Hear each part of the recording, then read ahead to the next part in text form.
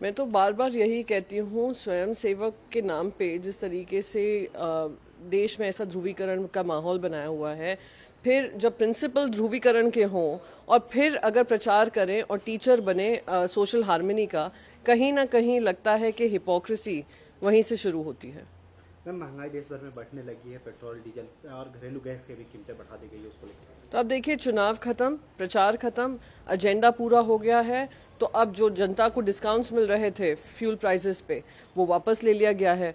तो ये सरकार का रवैया दिखाता है कि इतनी अहंकार से भरी है कि महंगाई चरम सीमा पर है, जनता की पॉकेट पे वैसे ही मार है, बेरोजगारी बढ़ती जा रही है और आप लोग उन पे और चोट लगाए जा रहे हो।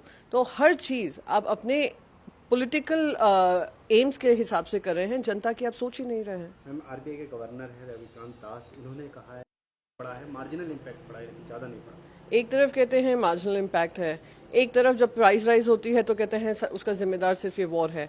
तो कहीं ना कहीं जो कोऑर्डिनेशन होना चाहिए आरबीआई में और सेंट्रल गवर्नमेंट में, वो क्लियरली मिसिंग है।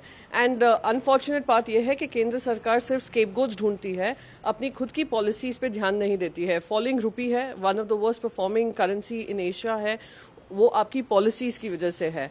आपको जो क्रूड ऑयल की अब आप बात कर रहे हैं और प्राइसेस बढ़ा रहे हैं, आप डीप डिस्काउंट्स भी रशिया से ले रहे हैं। आप दूसरी तरफ जब 180 रुपए डॉलर का हो गया था पर बैरल, तभी भी आपने महंगाई नहीं बढ़ाई, उस समय पे प्राइसेस नहीं बढ़ाए, क्योंकि उस समय पे चुनाव चल रहे थे। डीरेगुलेशन की बात करते हैं पर पूरी तरीके से अपने पॉलिटिकल रीजंस की वजह से उसको रेगुलेट करते हैं। मैम, निर्मला सीतारमन ने कहा है कि 10 सालों में हमने जीरो परचेज की है डिफेंस सेक्टर में। वहां पर इतना झूठ और सफेद झूठ बोलना आदत बन चुकी है और कोई भी इनको चैलेंज करे उनको एंटी नेशनल कह दिया जाता है। उनको कह दिया जाता है कि सारे प्रॉब्लम की जड़ वही है जिन्होंने पहले राज किया है।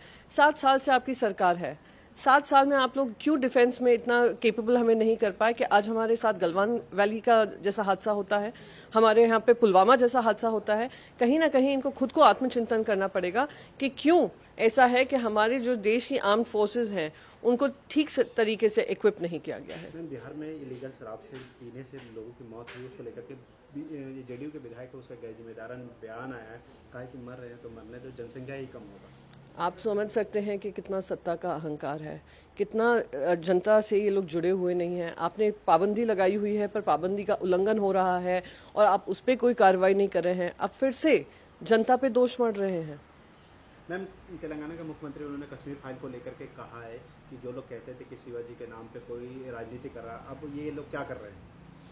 कश्मीर फाइल्स जो मूवी है वो कश्मीरी पंडितों का जो पलायन हुआ था और जिस तरीके से इस्लामिक फंडामेंटलिज्म और टेररिज्म के अंतर्गत उनकी हत्याएं हुई थी, उस पे 32 साल हो गए हैं। 2014 में जब केंद्र सरकार आई थी भारतीय जनता पार्टी की, उन्होंने कहा था कि उनका बकायदा सम्मान पूर्वक उनको वापस लाया जाएगा। मैंने जब ये मुद्दा उठाया था तो होम मिनिस्ट्री का जवाब आया है, एक तो उनको माइग्रेंट्स बताते हैं, जिनकी जमीन है, जिनको उनकी जमीनों से धकेल के बाहर निकाला गया, अब उनको माइग्रेंट्स का दर्जा दे दिया गया है। दूसरी तरफ जो जो वादे किए, घर बनाएंगे, उनको वापस लाएंगे, उसका 10% भी काम नहीं हुआ है। तो ये केंद्र सरकार उन्हीं लोगों पे राजनीति करती है, उन्हीं इमोशंस पे राजनीति करती है जो खुंड कहते हैं ना, खोलकर काम होता है, वो घाव को भरने का काम नहीं कर सकती है ये सरकार।